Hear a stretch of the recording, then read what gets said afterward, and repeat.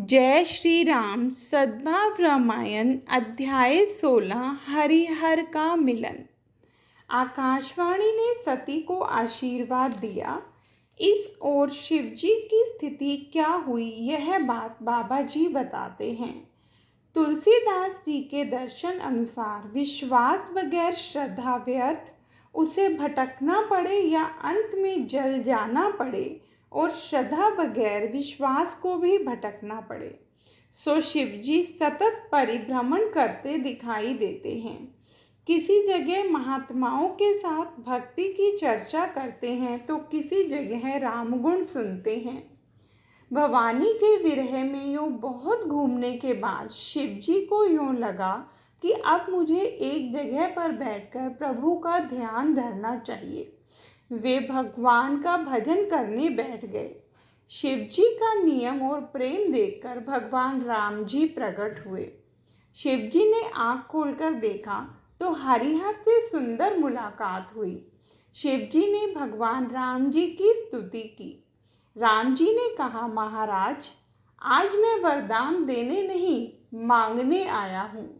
बोलिए महाराज, मैं आपको क्या दे सकता हूँ? शिवजी बोले।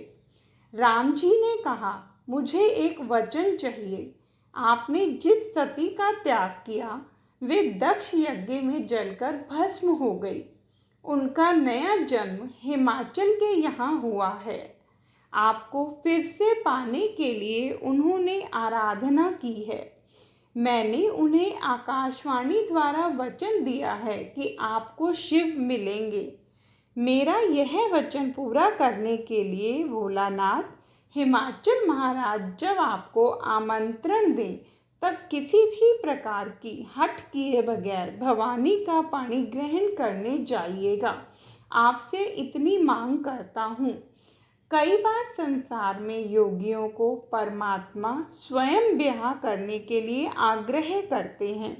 जब प्रभु को ऐसा लगता है कि संसार में महान संतानों की, धर्म धुरंधरों की, धर्म प्रवर्तकों की, संस्कृति के प्रचंड आधार स्तंभों की आवश्यकता है, तब परमात्मा योगियों को गृहस्थ बनाते हैं। शुरुआत में शिवजी ने थोड़ी नाराजगी दिखाई कि महाराज, अब ब्याह करने की इच्छा नहीं है। एक बार ब्याह किया, संसार देख लिया, मुझे दूसरी बार गृहस्थ बनना नहीं है। परंतु राम जी ने शिवजी से आग्रह करके कहा कि आपको ब्याह करना ही पड़ेगा, यह मेरा आदेश है। तब शिवजी ने कहा, महाराज, आप स्वामी हैं, मैं सेवक हूँ, आपकी आज्ञा शिरोमान्य।